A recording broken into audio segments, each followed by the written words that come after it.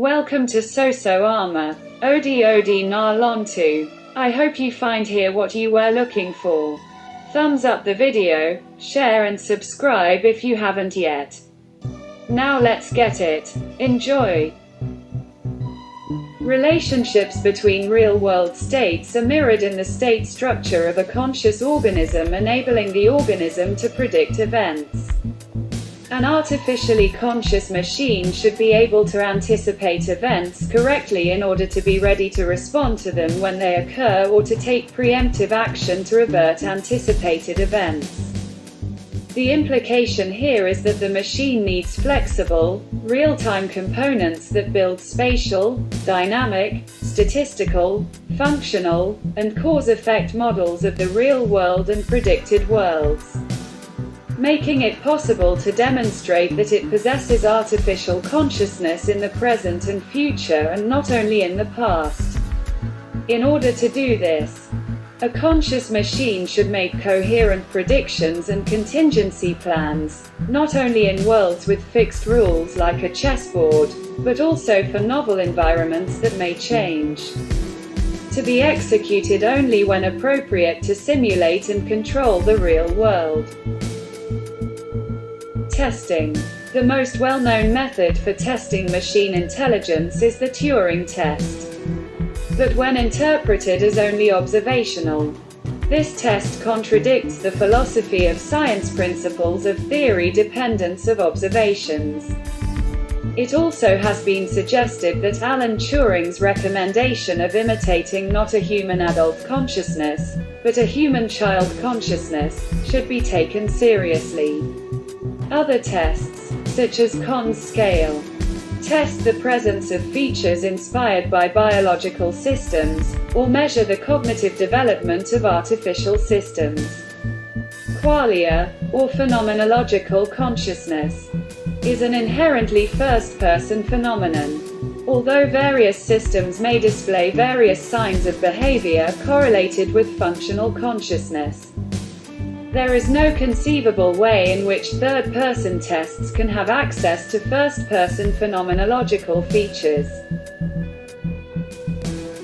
Because of that, and because there is no empirical definition of consciousness, a test of presence of consciousness in AC may be impossible.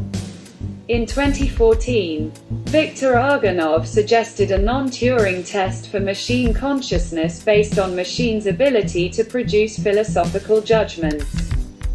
He argues that a deterministic machine must be regarded as conscious if it is able to produce judgments on all problematic properties of consciousness, such as qualia or binding, having no innate, preloaded, philosophical knowledge on these issues, no philosophical discussions while learning, and no informational models of other creatures in its memory. Such models may implicitly or explicitly contain knowledge about these creatures' consciousness.